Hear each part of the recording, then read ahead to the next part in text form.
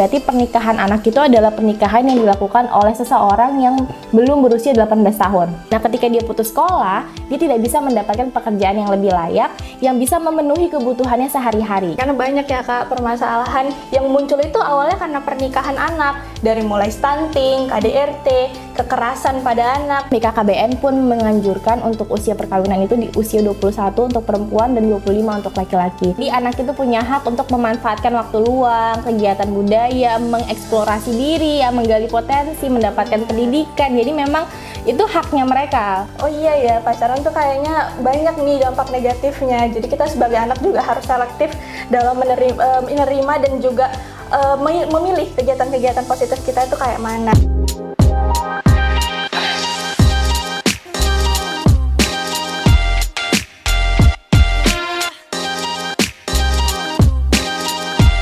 Halo Sobat Muda PKPA, kembali lagi di podcast Ruang Pikir.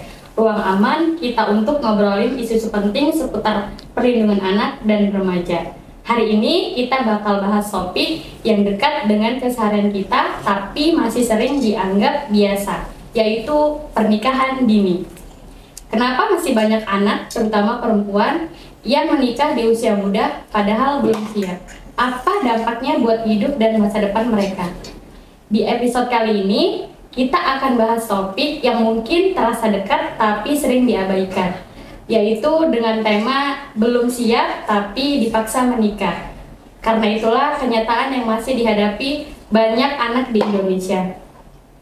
Nah, sebelum kita untuk lanjut ke bahasnya, saya Sherly Gunawan sebagai host podcast kali ini, dan saya sudah ditemani oleh dua narasumber kita yang keren dan pastinya cantik-cantik nih, yaitu ada Kak Anggi. Halo Kak Anggi. Halo Sherly, halo semuanya. Diperkenalkan dulu sama teman-teman. Oke, halo, perkenalkan teman-teman, nama saya Anggi. Saya staf PKPA, koordinator untuk unit Pusat Informasi Kesehatan Reproduksi dan Gender, dan juga ini bersama Najla ya. Jadi Najla ini juga salah satu bagian dari unit Pikir karena kita juga mendorong partisipasi anak. Halo teman-teman semuanya, aku Najla dan dari Heidi Pro, yaitu Head of Digital Protection, yaitu komunitas yang peduli terhadap perlindungan anak. Halo teman-teman. Oke, langsung aja kita bahas topik kali ini ya Kak ya. Nah, Sherly mau tanya ke Kak Anggi dulu. Kak Anggi, boleh nggak dijelaskan dulu apa sih yang dimaksud dengan pernikahan dini, dan meski sudah ada aturan hukum, kenapa praktik ini masih marak? Apa faktor-faktor pendorongnya nih? Oke, terima kasih Sherly. Jadi sebelum kita bicara lebih jauh ya, kita akan membicarakan dulu kalau misalnya memang di masyarakat ini banyak banget yang menggunakan istilah pernikahan dini ya. Tapi balik lagi, kita perlu ada satu istilah yang jelas ya. Jadi kita menyebutnya dengan pernikahan anak, Sherly. Jadi tidak pernikahan dini. Karena dini ini siapa nih? Dini apakah orang gitu ya? Atau yang dimaksud dengan dini ini atau apakah yang dimaksud dengan dini ini adalah lebih awal gitu kan, belia atau sebagainya. Jadi karena ini adalah dia abstrak banget gitu ya, jadi kita jelaskan kalau misalnya ini sebutannya adalah pernikahan anak. Kenapa perlu kita jelaskan gitu? Jadi kalau misalnya kita sebut secara jelas kalau ini anak gitu ya, berarti pernikahan anak itu adalah pernikahan yang dilakukan oleh seseorang yang belum berusia 18 tahun sesuai dengan Konvensi Hak Anak dan juga Undang-Undang Perlindungan Anak gitu ya. Jadi kenapa hal ini masih banyak terjadi? Karena tidak bisa dipungkiri gitu ya, kalau misalnya tadi kita bilang anak itu di bawah 18 tahun, ternyata Undang-Undang Perkawinan itu baru direvisi di tahun 2019 kemarin melalui Undang-Undang Nomor 16 tahun 2019 tentang revisi perubahan atas Undang-Undang Perkawinan tahun 1974. Jadi itu udah lama banget itu undang-undangnya yang sebelumnya. Nah, di undang-undang sebelumnya batas usia perkawinan itu masih masuk ke dalam kategori anak. Jadi itu usia 16 tahun ya Najla ya, kalau itu masih termasuk dan diperbolehkan untuk menikah melalui undang-undang yang tahun 1974 itu. Makanya ada perubahan di tahun 2019 ini, itu seseorang itu boleh menikah ketika dia sudah berusia 19 tahun, baik itu untuk laki-laki dan perempuan gitu. Jadi memang benar-benar sudah dinaikkan dan bukan lagi usia anak. Nah, kenapa hal ini masih banyak terjadi? Karena mungkin mereka masih beranggapan dengan si undang-undang yang sebelumnya, itu satu. Jadi masih belum terbiasa dengan perubahan yang baru kalau misalnya ternyata batas usia perkawinan itu sudah dinaikkan. Lalu kemudian masih banyak tren yang mengagung-agungkan dan meromantisasi tentang si perkawinan usia muda gitu ya, perkawinan usia anak gitu. Mungkin masih banyak beberapa orang influencer gitu ya yang masih mengagung-agungkan itu, meromantisasi sehingga masyarakat masih menganggap bahwa ya biasa aja gitu kan. Lalu kemudian bisa jadi juga dikarenakan karena kehamilan yang tidak diinginkan, karena misalnya ada hubungan pacaran yang beresiko sehingga terjadi kehamilan yang tidak diinginkan gitu ya. Lalu kemudian akhirnya harus dipaksa untuk menikah, atau praktik-praktik budaya lainnya, entah itu karena permasalahan ekonomi atau entah itu karena permasalahan sosial lainnya lah gitu. Jadi banyak sekali hal-hal yang mendorong. Jadi kalau misalnya kita bicara tentang perkawinan anak ini sangat kompleks gitu ya. Jadi kita harus ngelihatnya dari berbagai sisi untuk lebih komprehensif lagi pembahasannya. Lalu kemudian dampaknya apa? Lagi-lagi banyak sekali dampak yang akan ditimbulkan. Kalau misalnya kita sering bilang itu perkawinan anak ini memberikan dampak yang dia itu semacam lingkaran setan. Kenapa kita bilang lingkaran setan? Karena kalau misalnya nih anak menikah gitu ya ketika dia belum 18 tahun. Nah, itu biasanya akan putus sekolah ya satu. Sehingga dia tidak bisa mendapatkan pekerjaan yang lebih layak lagi. Kenapa? Karena biasanya pekerjaan itu kan dia diminta lulusan SMA, ada ijazah gitu-gitu ya. Maksudnya kayak ada kriteria-kriteria tertentu. Nah, ketika dia putus sekolah, dia tidak bisa mendapatkan pekerjaan yang lebih layak, yang bisa memenuhi kebutuhannya sehari-hari. Jadi kalaupun dia menikah, membangun sebuah keluarga, lalu kemudian tidak ada pendapatan ekonomi yang cukup, akhirnya kan keluarganya jadinya banyak ini ya, resiko lain ya, misalnya kayak ya kelaparan, kemiskinan dan sebagainya. Lalu kalau misalnya untuk perempuannya gitu ya, untuk si ibunya itu akan sangat beresiko untuk terjadi kehamilan yang beresiko gitu ya. Jadi kayak semacam tidak ada kebutuhan nutrisi yang tercukupi karena tadi mungkin kekurangan uang dan sebagainya. Lalu kemudian ketika anaknya lahir akan ada kemungkinan anaknya stunting gitu ya, dan juga kemungkinan-kemungkinan lainnya, karena biasanya anak yang menikah lalu kemudian dia hamil itu sangat sulit mendapatkan akses fasilitas kesehatan gitu. Itu ke puskesmas itu akan sangat sulit gitu. Belum lagi nanti permasalahan misalnya dia bukan karena dispensasi perkawinan nih nikahnya gitu ya, jadi hanya nikah berdasarkan yang sah secara adat atau agama aja gitu kan, tidak diakui secara hukum. Nanti akan lebih banyak lagi nih faktornya gitu ya, anaknya tidak didaftarkan, perkawinannya tidak didaftarkan dan sebagainya gitu. Nah, lagi-lagi kalau misalnya kita bicara tentang si perkawinan anak, yang akan sering rugi itu adalah yang pihak perempuannya gitu ya. Jadi ada ketidaksetaraan gender tuh di sana. Misalnya si perempuan jadi tidak bisa melanjutkan sekolah karena dia harus hamil, lalu mengurus anak, mengurus rumah gitu ya. Lalu kemudian akan ada kemungkinan-kemungkinan seperti KDRT gitu ya, kekerasan dalam rumah tangga.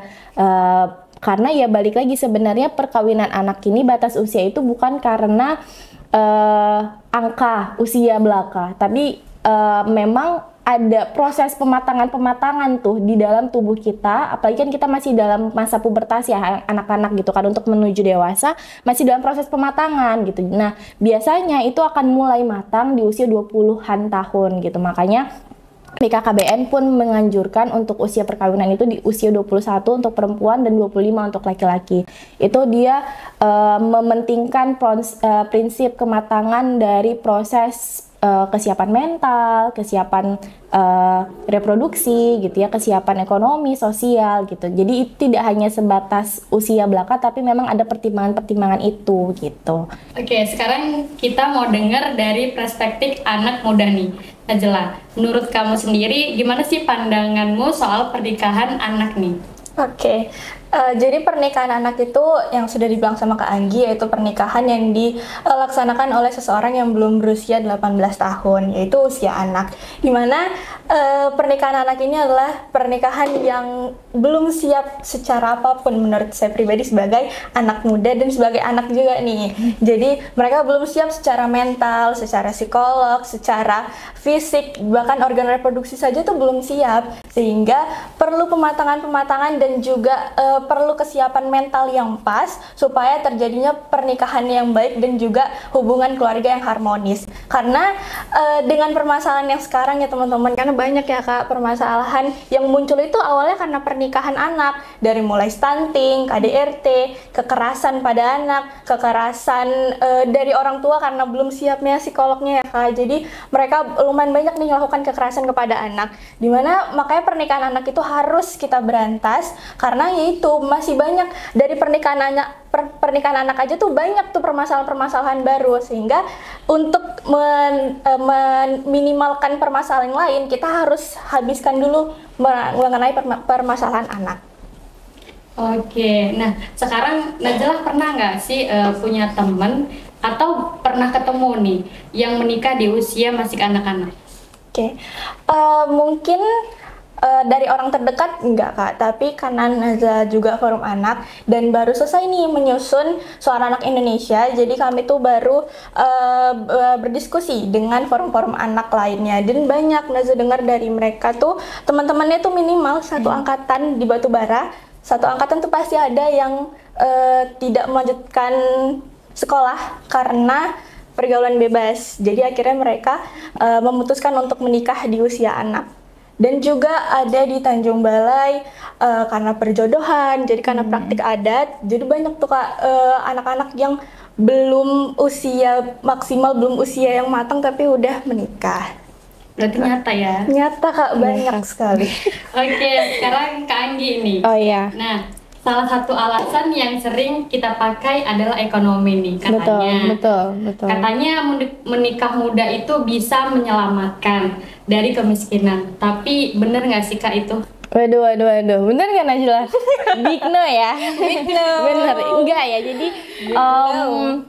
itu awal mula ada statement itu juga kita bingung ya dari mana ya gitu. Apakah mungkin dulu praktik budayanya adalah untuk membayar utang gitu ya. Jadi anaknya diberikan kepada si penghutang gitu ya untuk membalas supaya menyelamatkan keluarga gitu lah ya.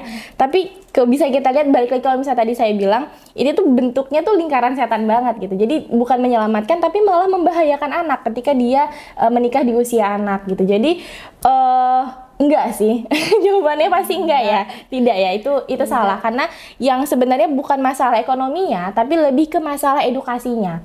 Bagaimana pemahaman orang tua, pemahaman keluarga, pemahaman masyarakat, kalau misalnya si perkawinan anak ini tuh memiliki resiko-resiko gitu kan, anak itu tidak siap untuk menikah gitu, anak itu perlu akses untuk pendidikan, tidak hanya edukasi tapi sebenarnya juga sistem yang dibangun oleh pemerintahan gitu, bagaimana kebijakan memang menyentuh nih untuk kalangan menengah ke bawah gitu. Kalau misalnya mereka punya loh akses untuk mendapatkan pendidikan tinggi, untuk menyelesaikan sekolah gitu kan, mereka punya akses untuk mendapatkan pekerjaan yang lebih layak, sehingga pernikahan itu bukan jadi solusi gitu sih. Oke, nah sekarang kalau seorang anak nih menikah muda, biasanya apa saja nih yang harus mereka korbankan? Apakah mimpi mereka masih bisa diwujudkan? Balik lagi. Iya, balik lagi. Mungkin tadi kayak yang disampaikan sama Najla deh. Gimana Najla? Kayaknya kalau menurut Nazla, bahkan Nazla yang sekarang masih usia anak, mungkin bentar lagi ya Kak, udah nggak usia anak, Nazla kayak nggak bakal mau menikah dulu. Karena gitu, kita harus banyak banget ya Kak korbanin mimpi kita. Gimana Nazla umur sekarang aja tuh masih banyak banget yang mau dicapai, masih banyak kegiatan-kegiatan yang mau diikuti, orang-orang yang mau ditemui. Masa kita harus, apalagi sebagai perempuan ya Kak, yang bakal ngurus anak, yang bakal ngurus rumah, kayaknya Nazla belum mau di usia sekarang ini untuk terkekang di rumah aja. Kayaknya nanti aja dulu, ada waktunya. Untuk sekarang, apalagi di usia anak, kita harus maksimalin usia ini untuk ikut kegiatan yang ada batas usianya ya Kak. Betul. Jadi kita sebagai anak harus bisa lebih meluaskan pikiran kita untuk ikut kegiatan-kegiatan yang lebih baik, yang lebih positif daripada menikah di usia anak ini. Benar, dan ini tambahan juga ya, maksudnya yang disampaikan sama Najla itu memang haknya mereka sebagai seorang anak gitu. Jadi anak itu punya hak untuk memanfaatkan waktu luang, kegiatan budaya, mengeksplorasi diri ya, menggali potensi, mendapatkan pendidikan. Jadi memang itu haknya mereka. Jadi janganlah sampai kita merenggut haknya mereka hanya untuk katanya menyelamatkan ekonomi keluarga gitu ya. Hanya untuk ya supaya daripada dia nggak ngapa-ngapain katanya ya, mungkin karena susah untuk melanjutkan sekolah, jadi daripada di rumah aja udah mending nikah aja gitu. Jadi daripada kita merenggut haknya mereka, ya janganlah pernikahan ini dijadikan solusi. Oke, sekarang menurut Kak Anggi dan Najlah nih, apa peran penting orang tua dari lingkungan untuk mencegah pernikahan anak nih? Boleh dari Kak Anggi atau Najlah dulu nih? Najlah dulu deh. Oke, boleh. Terima kasih, Kak. Jadi, peran orang tua itu pastinya penting banget ya, Kak. Karena orang tua lah yang menjadi seseorang pertama dan juga yang menerapkan pola asuh untuk anaknya. Jadi, sebenarnya pernikahan anak tuh juga banyak terjadi karena pergaulan bebas. Yang dimana berarti pergaulan bebas itu karena kurangnya pengawasan dari orang tua, pola asuh yang mungkin kurang benar kepada anak. Karena sebagai anak muda juga ya, Kak, kadang tuh anak itu perlu untuk diberikan afirmasi positif pada saat mungkin waktu lenggang bersama orang tua. Jadi kayaknya perlu orang tua tuh punya waktu lenggang sama anaknya untuk mungkin kita berbicara santai, namun punya pesan tersirat pada anaknya yang mungkin jadi karena orang tua juga sering nih Kak sama Najwa kayak di masa muda ini harus nikmatin masa mudanya dulu, jangan sibuk pacaran dulu. Benar. Jadi itu jadi tertanam di diri Najwa, Kak. Jadi kayak, oh iya ya, pacaran tuh kayaknya banyak nih dampak negatifnya. Jadi kita sebagai anak juga harus selektif dalam menerima dan juga memilih kegiatan-kegiatan positif kita itu kayak mana. Dan dimana ya peran orang tua tuh seperti itu. Jadi orang tua tuh harus mendukung anaknya untuk pilih-pilih kegiatan yang baik, pertemanan yang positif, supaya anaknya juga punya peranan atau lingkungan yang positif sehingga membawanya ke dampak positif juga. Benar. Oke. Sekarang dari Kak Anggi nih. Oh ya, tambahan dari yang disampaikan sama Najla, orang tua itu punya peran yang sangat penting ya. Karena anak balik lagi dia belum punya konsen atau dia belum bisa memberikan persetujuan secara resmi gitu ya, secara hukum, yang diakui secara hukum. Maka dari itu ketika terjadi perkawinan anak gitu ya, orang tua adalah kunci utamanya. Apakah memang dia yang memberikan persetujuan, apakah dia memang yang memaksa anak untuk menikah. Karena kalau misal pemaksaan perkawinan gitu ya, ketika kita telusuri ternyata ada nih pemaksaan dalam perkawinannya. Nah, itu ternyata orang tua telah melanggar hukum lagi gitu. Jadi ada Undang-Undang Tindak Pidana Kekerasan Seksual nomor 12 tahun 2022 itu sudah menyebutkan bahwa perkawinan anak yang dipaksakan terutama itu sudah termasuk kekerasan seksual, kekerasan dan eksploitasi. Apalagi kalau misalnya perkawinannya itu mengandung eksploitasi seksual gitu ya. Nah, itu sudah termasuk ke tindak pidana dan siapapun termasuk orang tua, lingkungan yang membiarkan lalu kemudian atau bahkan mendorong memaksa anak itu bisa kena hukuman juga gitu. Jadi daripada kena hukuman otomatis orang tua harus sadar dulu gitu. Lalu kemudian peranan lainnya adalah tentu edukasi ya. Edukasi terutama tentang kesehatan reproduksi. Jadi kesehatan reproduksi juga tidak hanya kita sekedar menjaga alat atau organ reproduksi, tapi bagaimana kita mempersiapkan anak gitu ya untuk siap secara secara fisik, secara mental, secara biologis, secara ekonomi, secara sosial untuk kemudian dia bisa melakukan proses reproduksi itu tadi gitu. Jadi edukasi tentang kesehatan reproduksi ini baik itu dari orang tua, lingkungan, sekolah atau siapapun lah gitu ya, itu sangat penting untuk anak-anak. Itu juga untuk menghindari si kehamilan tidak diinginkan karena pacaran beresiko gitu ya, yang tadi disampaikan sama Najla gitu. Jadi supaya anak-anak itu tahu, jangan gara-gara mereka ada dorongan seksual itu kan memang ada ya di dalam tubuh kita, memang itu ada hormon yang mengaturnya karena apalagi di masa pubertas. Tapi bagaimana anak bisa mengendalikan si dorongan seksualnya untuk kemudian tidak terjerumus di pergaulan bebas gitu ya, penggunaan alat bahan-bahan adiktif, nafza dan sebagainya. Nah, itu perlu ditanamkan gitu ke anak-anak gitu melalui edukasi si kesehatan reproduksi. Jadi itu juga kesehatan reproduksi itu menyeluruh gitu, nggak hanya serta-merta tentang menjaga kesehatan si organ reproduksinya aja. Lalu kemudian tentu terkait dengan edukasi pendidikan tinggi ya. Balik lagi untuk mendapatkan pekerjaan yang lebih layak itu dibutuhkan pendidikan yang tinggi ataupun tidak pendidikan tinggi tapi ada pendidikan soft skill, kemampuan soft skill dan hard skill lah untuk si anaknya sehingga dia punya kemampuan yang bisa digunakan untuk mendapatkan pekerjaan yang lebih layak tadi gitu. Itu sih kalau misalnya untuk peran orang tua dan masyarakat ya, itu penting untuk edukasi dan memang sadar kalau misalnya perkawinan anak ini sangat beresiko untuk si anak itu sendiri. Oke, setuju banget. Nah, tak terasa nih Kak, kita udah di sesi akhir nih. Terakhir, Shirley mau minta pesan dan harapan untuk orang-orang tua nih di luar sana. Boleh dari Kak Anggi atau Najla dulu nih? Siapa dulu Najla? Sweet dulu kita. Iya ya. Kayak gimana? Oke, kakak dulu. Untuk orang tua ya, ini tadi Iya, pesannya ya. orang tua. Jadi kan kalau misalnya orang tua pasti menginginkan yang terbaik ya untuk anak gitu kan. Apalagi untuk kehidupannya gitu. Jadi jangan sampai kita jadikan si perkawinan anak ini sebagai solusi karena kita merasa bahwa anak sudah waktunya untuk menikah padahal masih dalam usia anak gitu ya. Atau karena tidak sanggup untuk menghidupi anaknya sehingga memberikan anak kepada orang lain untuk dihidupin gitu ya. Jadi jangan sampai kita punya pemikiran-pemikiran seperti itu karena balik lagi kita orang tua itu punya peranan yang sangat penting untuk memenuhi haknya mereka dalam pengasuhan, pola asuh gitu ya. Jadi edukasi diri sendiri dulu tentang perkawinan anak, baru kemudian kita bisa mengedukasi anak kita juga gitu. Itu aja sih mungkin untuk orang tua. Oke. Kalau pesan dari Nazla, kalau Kak Anggi orang tua, Nazla anaknya. Oke, silakan, mantap. Jadi kalau untuk anak-anak muda, apalagi anak-anak yang udah berpikiran untuk menikah di usia anak, jangan guys, jangan lakukan itu karena akan sangat-sangat beresiko dan akan menimbulkan banyak sekali dampak negatif, lebih banyak dampak negatifnya daripada dampak positifnya. Mungkin kita melihat ya Kak, nikah tuh kayak seru, kayaknya enak. Padahal akan banyak sekali permasalahan-permasalahan yang muncul ketika mental dan fisik kita belum siap. Jadi untuk anak-anak anak-anak muda di zaman sekarang, lakukanlah hal-hal yang positif, kembangkan diri, siapkan masa depan karena generasi 45 harusnya generasi emas bukan cemas. Benar. Wah, pesannya dalam banget ya, dan pastinya juga keren sih. Harapannya semoga pesan ini nyampe ke banyak telinga dan ke hati ya, semoga aja.